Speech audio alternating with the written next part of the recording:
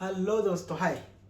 आज हम बहुत ही इम्पोर्टेंट चैप्टर के साथ में आपके साथ में आए हैं और इस चैप्टर का नाम है वैक्सीन।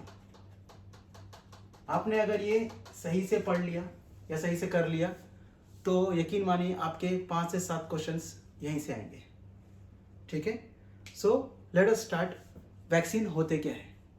सो वैक्सीन एक एंटीजन है जो आपको एक्सटर्नली दिया जाता है ताकि आपकी इम्यूनिटी बढ़े। फाइन, इम्यूनिटी बढ़ाने में भी काम करेगा ये आपको, और आपको ये आगे तक ऑफकोर्स ये आपको इम्यूनिटी बढ़ाने में काम करेगा। ठीक है, अब वैक्सीन जैसे ही हम लोग बर्थ लेते हैं, जैसे हमारा पैदा होता है, जैसे हमारा first day of coming to the world होता है, तो उसमें क्या होता है, आते साथ ही आपको 3 तरह का इंजेक्शन दे दिया जाता है। ठीक है, सो एट बर्थ आपको 3 तरह का इंजेक्शन दे दिया। तो सबसे पहले आपको पता ही है बीसीजी, फिर डिप्थीरिया का दे देंगे, डिप्थीरिया, और आपका हेपेटाइटिस बी। ठीक है, सो ये आपको फर्स्ट डे पे लग जाएगा। 0 डे बोलो या तो 1 डे बोलो, फर्स्ट डे। समझ में आ गया आपको ये? तो आपको ये पहले दिन पे ही आपको ये तीनों भी वैक्सीन दे दिया जाएगा। उसके बाद में ये जो हेपेटाइटिस का जो वैक्सीन है, ये आपको 3 टाइम देते हैं। सबसे पहले तो first day, second first month, और थर्ड 6th मंथ। आई एम एक्सट्रीम सॉरी, बीच में छोड़ के आना पड़ा, कस्टमर्स आ जाते तो क्या करें भी। ठीक है, तो 1 डे, 1 मंथ एंड 6 मंथ। ठीक है, सो सबसे पहले तो आप ये समझ लीजिए कि एट बर्थ आपको 3 इंजेक्शन लग गए। ओके, उसके बाद में हेपेटाइटिस बी आपको फर्स्ट डे लगेगा, फर्स्ट मंथ लगेगा एंड 6th मंथ लगेगा। ठीक है, तो इनमें से कोई भी क्वेश्चन पूछ सकता है आपको। ठीक है, एक एक पॉइंट जब आपको बताऊंगा ये प्लीज लिख लीजिए, क्योंकि इसमें से कुछ भी क्वेश्चन पूछ सकते हैं हम लोग। यहाँ पे डिप्थीरिया को हम लोग डी टैप भी बोल सकते हैं, डी टैप। ठीक है, ये बच्चों को दिया जाता है, स्पेशली फॉर किड्स, और एडल्ट्स को दिया जाता है T dab.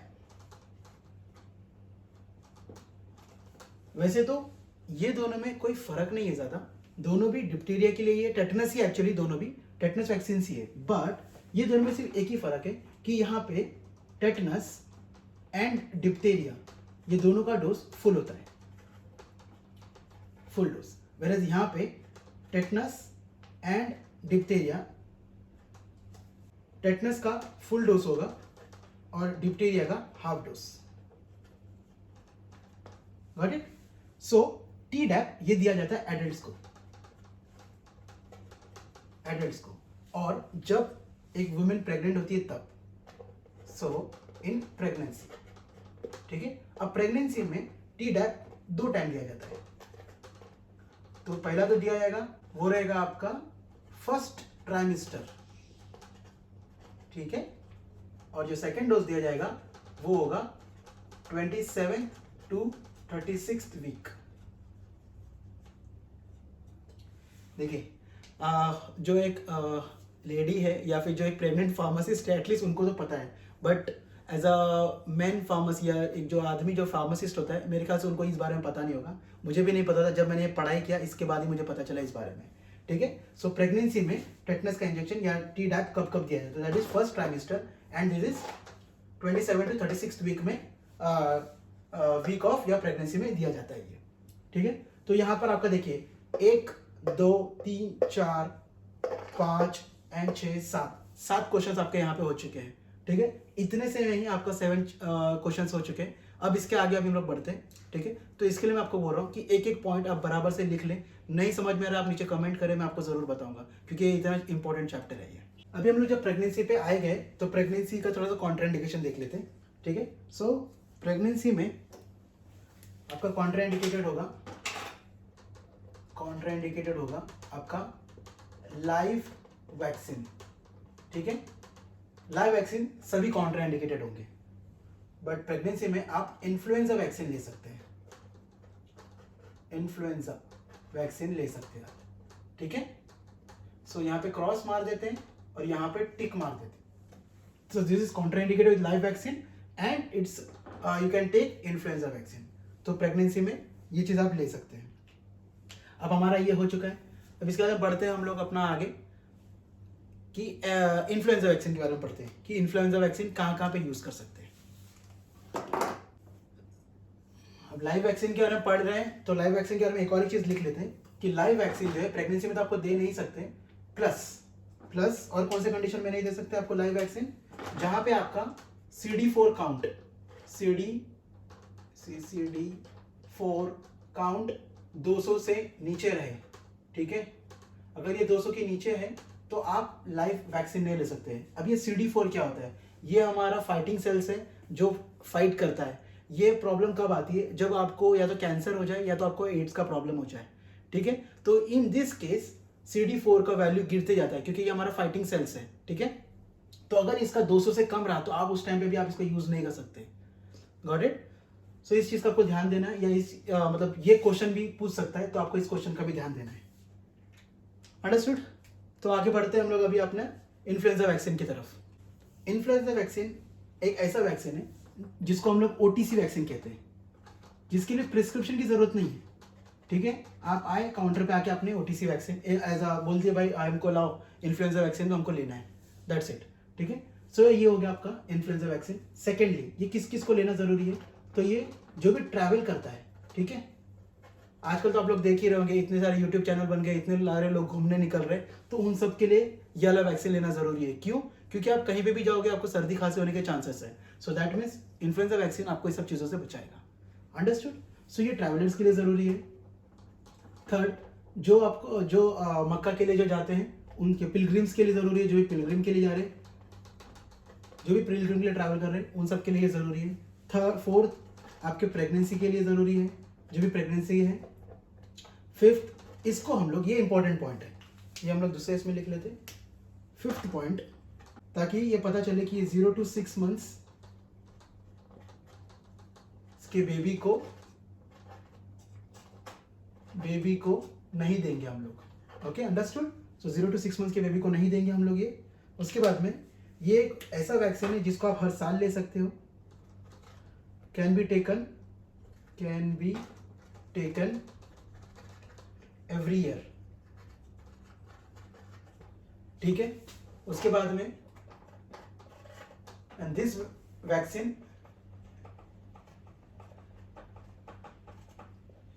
Can be taken with any other vaccine. ठीक है, तो ये समझ में आ गया आपको ये सभी पॉइंट्स. सो OTC वैक्सीन है, ट्रैवलर के लिए ज़रूरी है, पिलग्रिम में भी ज़रूरी है. ठीक है, जो कहीं भी पिलग्रिम के लिए जा रहे हैं, not only Mecca. Okay, sorry for that. So आप कहीं भी पिलग्रिम के लिए जा रहे हैं, सो आप उधर पे आपको ये लेना पड़ेगा. फिर प्रेगनेंसी में भी आप इसको ले सकते हैं. 0 to 6 months के बेबी के लिए आप नहीं ले सकते. सो आप ये समझ के चलें कि इन सब में से मे भी आपको ये क्वेश्चन आ सकता है कि आप किसको इन्फ्लुएंजा वैक्सीन नहीं दे सकते. ठीक है, एक तो ये और ये. ओके, तो यहाँ पे आपका 1 2 3 क्वेश्चन आपके यहाँ पे रेडी हो गए. अंडरस्टूड? चलिए, अभी हम इन्फ्लुएंजा के बारे में तो हो गया हमारा. अब हम पढ़ते हैं TT के बारे में. तो TT का वैक्सीन अगर प्रिवेंशन करना है या प्रिवेंशन के लिए लेना है तो हम लोग एवरी 5 years ले सकते हैं. Every 5 years. ठीक है, तो ये हो गया प्रिवेंशन का कॉज कि किसी भी चीज़ से प्रिवेंट करना है तो 5 years के लिए लेना है. बट अगर हमको कुछ चोट आ गया या हमको कुछ प्रॉब्लम हो गया है, ठीक है, इन दैट केस, या डीप कट है, तो इन दैट केस हम लोग क्या करना है? तो सपोज एक सिनेरियो बनाते हैं हम लोग.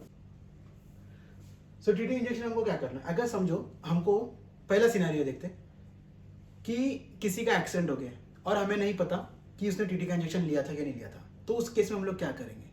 उस केस में हम लोग उसे पहले सबसे पहले TT का इंजेक्शन दिलवाएंगे. ओके, सेकंड सिनेरियो, उसका एक्सीडेंट हो गया और उसको डीप कट भी है, मतलब पहले से ही है और हमें पता नहीं उसने TT का इंजेक्शन लिया था कि नहीं लिया था. सो इन दैट केस क्या करेंगे? हम लोग उसको TT का इंजेक्शन दिलाएंगे, प्लस उसको डीप वुंड है इसके लिए हम लोग उसको क्या देंगे? टेटनस का इम्यूनोग्लोबिन भी देंगे. थर्ड सिनेरियो, हमको पता है कि उसका TT इंजेक्शन उसने लिया था 3 महीने पहले, 3 months पहले लिया है, उसको पता है कि भाई मैंने 3 महीने पहले लिया है. सो एक उसको एक्सीडेंट हुआ है बट उसको पता है कि उसने 3 महीने पहले लिया, उसको कोई डीप कट नहीं, कुछ भी नहीं है, और उसने 3 महीने पहले लिया था टेटनस का injection. So in that case क्या करेंगे हम लोग उसको कोई भी कुछ भी टेटनस का इंजेक्शन नहीं देंगे, अदर देन दैट जो और रहेगा वो हम लोग दे सकते हैं उसे, जो बाकी सब काम की जरूरत है।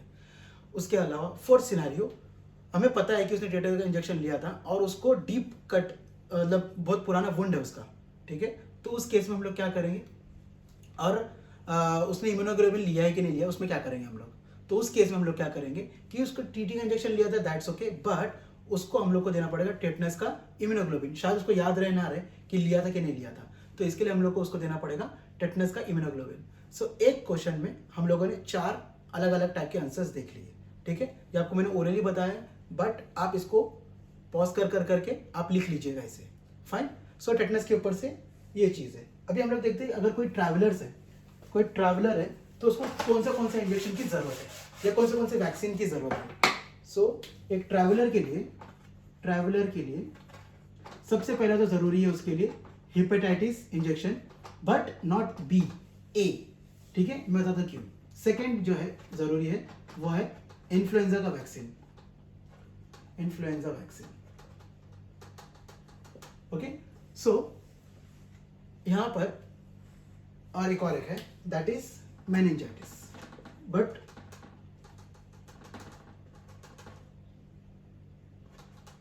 ओके यहां पे मैंने जिस फॉर्म में लिखा है प्रायोरिटी भी वैसे ही रहेगी, first priority, second priority and third priority, okay.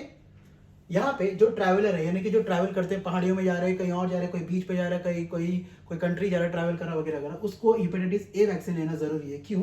क्योंकि वो ऐसे ऐसे जगह पे विजिट करेगा वो उसको पता भी नहीं होगा, ठीक है। और हेपेटाइटिस ए वैक्सीन किस वजह से होता है, जहाँ पे ओपनली डेफिकेशन किया होता है या फिर डेफिकेशन किया पर उसको क्लीन नहीं किया है, तो उस जगह पे हम लोगों को हेपेटाइटिस ए वैक्सीन लेना बहुत सख्त जरूरी होता है। सेकेंडली इन्फ्लुएंजा वैक्सीन, क्योंकि सर्दी खांसी ना हो जाए इस वजह से, मोस्टली तो विंटर में आपको लेना ही है ये आपको लेना कब है, ये भी हाँ इंपॉर्टेंट ये है कि इन्फ्लुएंजा वैक्सीन आप लेते कब है, in which month of the year. So हम लोग लेते हैं इसको अक्टूबर में। क्यों? क्योंकि अक्टूबर से विंटर स्टार्ट होते हैं, फॉर दैट रीजन हम लोग उसको अक्टूबर में लेंगे। और थर्ड इज योर मेनिंजाइटिस।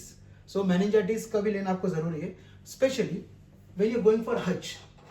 सबको बोलते हैं कि आप हज जब जाते हैं तब आपको मेनिंजाइटिस आपकी प्रायोरिटी है, ठीक है, आप कोई ले या ना ले बट मेनिंजाइटिस आपका प्रायोरिटी होना चाहिए।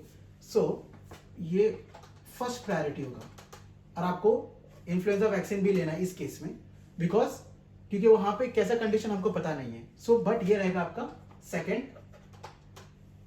प्रायोरिटी पे, ओके। अगर ऑप्शन करके आता है ऑल करके, ठीक है, और ये थर्ड, हज के केस में ऐसा उल्टा होगा, ठीक है, बट जो नॉर्मली जो ट्रैवल कर रहा है हज छोड़ के, उसके लिए ये उसका सिनेरियो होगा। ऑप्शन में आपके ऑल होगा। अगर इन केस दोनों केस में अगर ऑल होगा तो आपको ऑल चूज करना है, या फिर फोर्थ ऑप्शन हो सकता है आपका मे बी हेपेटाइटिस बी। सो अगर हेपेटाइटिस बी है सो इन दैट केस आपका जो पहला प्रायोरिटी है, ठीक है, जो पहला प्रायोरिटी है आपको वही चूज करना है। सो इन दैट केस हज के लिए मेनिंजाइटिस होगा और ट्रैवलर्स के लिए हेपेटाइटिस ए होगा। अंडरस्टूड? समझ में आ गया आप लोगों को ये सब? तो ये इजी है, बट क्वेश्चंस कैसे कैसे पूछते हैं ये आपको मैं बता रहा हूं। कुछ इंजेक्शंस कैसे लेने ये हम आपको बताते हैं। तो हेपेटाइटिस बी प्लस MMR, अगर ये वैक्सीन है तो आप इसे इमीडिएटली ले सकते हैं, मतलब एक साथ में ले सकते हैं, कोई प्रॉब्लम नहीं है, ठीक है, टुगेदर ले सकते हैं इसे टुगेदर। बट वहीं पे अगर आपका हेपेटाइटिस बी है प्लस निमोनिया है, ठीक है, तो ये आपको लेना है 1 मंथ के गैप में, आप साथ में नहीं ले सकते इसे, ये ले लेंगे उसके 1 महीने बाद में आपको ये लेना है। तो मैं इसे कैसे याद रखता हूं कि H&M ब्रांड है, तो वहां पे हमको ज्यादा जाना पसंद है, इसके लिए हम लोग इसको साथ में ले लिए, ओके। वेयर एज HP का जो लैपटॉप है, ठीक है, HP का जो लैपटॉप है उसे मुझे बनाने के लिए थोड़े पैसे चाहिए, इसके लिए मैं उसे 1 महीने में बनाऊंगा। अंडरस्टूड? सो HM टुगेदर HP आपका 1 मंथ। अब MMR का वैक्सीन आपको कब लेना चाहिए? सो ये आपका रहेगा 9th मंथ। ये लाइव वैक्सीन है, okay, this is live vaccine MMR, okay. उसके बाद में एक रोटा वायरस करके एक और एक वैक्सीन है, ये आपको कब लेना चाहिए? ये हम देते हैं किड्स को, नॉट इन एडल्ट्स। एडल्ट्स में हम लोग इसको नहीं देंगे। Okay, contraindication. सो ये क्वेश्चन आ सकता है कि रोटा वायरस हम किसको दे सकते हैं। Understood? MMR vaccine 9th month में देना है। This is a live vaccine, that means this will be contraindicated for pregnancy and also for जिसका CD4 200 के नीचे है। ठीक है, सो MMR वैक्सीन उनके लिए भी कॉन्ट्राइंडिकेटेड रहेगा। अंडरस्टूड? Got it? हो गया, यही है क्वेश्चंस। अब हम लोग बढ़ते हैं इम्यूनोग्लोबिन की तरफ। अब इम्यूनोग्लोबिन में क्या है? इम्यूनोग्लोबिन वो चीज है जो आपको इम्यूनिटी देगा। ठीक है, आपके अंदर वो इम्यूनिटी डेवलप करेगा। अब इम्यूनिटी डेवलप कैसे करेगा ये आपके अंदर? तो इम्यूनिटी जो है थोड़ा टाइम लेगा आपको। जैसे आप डोज देंगे वैसे थोड़ा टाइम लेगा, कुछ 1 महीना 2 महीना 3 महीना, और उसके बाद ही आपको इम्यूनिटी डेवलप होगा। यहाँ पे हम लोग देखते हैं एग्जाम्पल के तौर पे हिपेटाइटिस का वैक्सीन एंड हिपेटाइटिस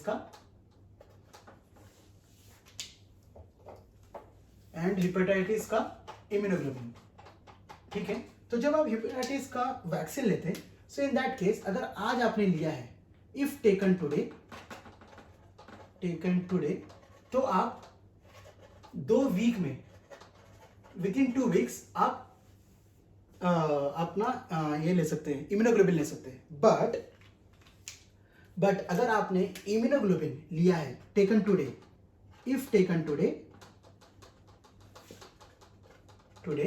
तो आपको 3 मंथ्स के बाद ही आप वैक्सीन ले सकते हो, क्योंकि उतना टाइम लगेगा उसको जाके अंदर, बॉडी के अंदर जाके उतना रिजल्ट शो करने के लिए, और उसके बाद ही आप वो वैक्सीन ले सकते हैं। Okay, got it? अब हम लोग बात करते हैं HPV के बारे में। HPV का फुल फॉर्म है आपका ह्यूमन पैपिलो वायरस। ठीक है, तो ये एक ऐसा वायरस है जो इनफर्टिलिटी कॉज कर सकता है, जो सर्वाइकल कैंसर कॉज कर सकता है। सो इसका ट्रीटमेंट क्या है? सो this is treated by HPV vaccine. ठीक है, सो ये HPV वैक्सीन से ट्रीट हो सकता है। सो HPV vaccine is useful for infertility and secondly it is useful in cervical cancer.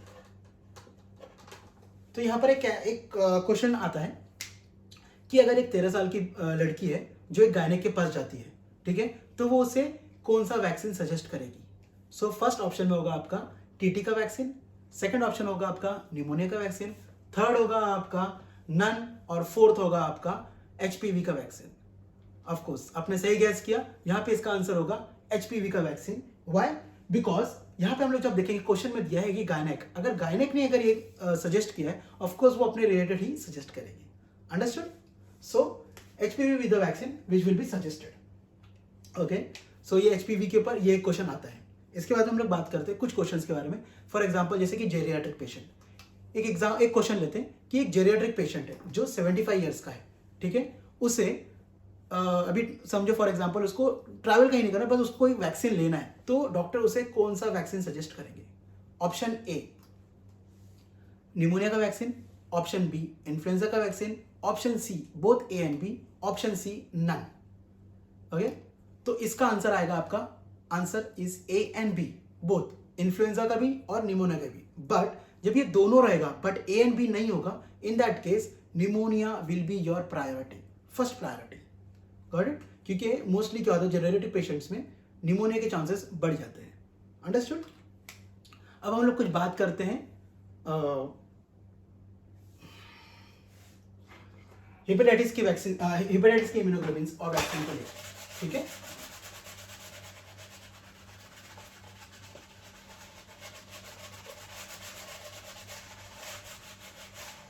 Okay, सो यहाँ पे हम लोग बात करते हैं कुछ वैक्सीन्स को लेके कि अगर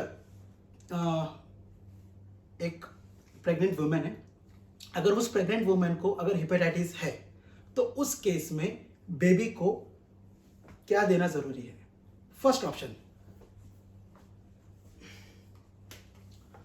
है आपका हेपेटाइटिस B का वैक्सीन, सेकंड ऑप्शन रहेगा आपका हेपेटाइटिस ओनली, ठीक है, hepatitis B vaccine plus hepatitis का immunoglobulin, third none, fourth both A and B. तो यहां पे आपका आंसर होगा बी, हेपेटाइटिस बी का vaccine and immunoglobulin plus 2 booster dose at 6th month। Okay, understood. तो अगर एक प्रेग्नेंट वुमेन जो हेपेटाइटिस है उसको, उस केस में उसके बच्चे को ये वैक्सीन लगना जरूरी है, ये वैक्सीन एंड इम्यूनोग्लोबिन, अंडरस्टूड। अब सेकंड सिनेरियो देखते हैं, और कि जहां पे एक नर्स है, ओके, एक नर्स है, उस नर्स को किसी नीडल ने प्रिक कर गया है। अगर उस वो नीडल उसको प्रिक कर गया है, बट जो पेशेंट था, जब उसका हम लोग ने टेस्ट किए तो उधर पे हेपेटाइटिस उसका नेगेटिव था, तो उस केस में नर्स को ये वैक्सीन एंड इम्यूनोग्लोबिन लेना जरूरी है या नहीं? ओके, इसका आंसर आप मुझे देंगे। ओके, मैं वेट करूंगा आपका, और ऐसे छोटे छोटे क्वेश्चंस मैं आपके लिए लाता रहूंगा।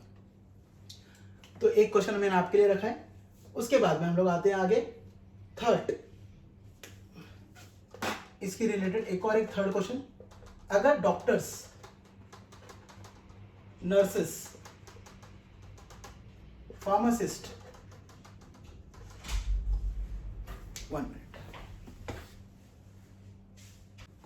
तो हम लोग यहाँ पे डिस्कस कर रहे थे कि अगर डॉक्टर है, नर्स है, फार्मेसी है, अगर कोई हॉस्पिटल इसमें काम कर रहे हैं तो उनको सबसे ज़्यादा वैक्सीन, कौन सी वैक्सीन की ज़रूरत है? तो वो है मेनिंजाइटिस, तो उन्हें मेनिंजाइटिस वैक्सीन की ज़रूरत है, अंडरस्टूड। अभी मैं आपके लिए और 2 क्वेश्चन रखने वाला हूँ। पहला क्वेश्चन ये है कि अगर आपने अपना BCG वैक्सीन मिस कर दिया है तो आप उसको कब ले सकते हैं, ठीक है, इसका आप आंसर मुझे दीजिए। सेकेंड, अगर आपने BCG का वैक्सीन मिस कर दिया due to some complications, for example tuberculosis का मेडिकेशंस ले रहे थे, सो उस केस में आप अपना BCG का वैक्सीन कब ले सकते हैं? तो इसमें आपको मैं ऑप्शन दे देता हूँ, इमीडिएटली आफ्टर योर, जैसे आपका ट्यूबरकुलोसिस का पूरा खत्म हो जाता है कोर्स, उसके बाद, या बीच में आप कभी भी ले सकते हैं, या लेने की ज़रूरत नहीं है। सो आप मुझे बताइए कि इसका राइट आंसर क्या है। ओके, सो मैं चाहता हूँ कि आप लोग इसी तरह से ध्यान दीजिए अपने पढ़ाई पे, और मुझे कमेंट करके बताइए नीचे कि आपको आज का लेक्चर कैसा लगा। So like and subscribe, thank you.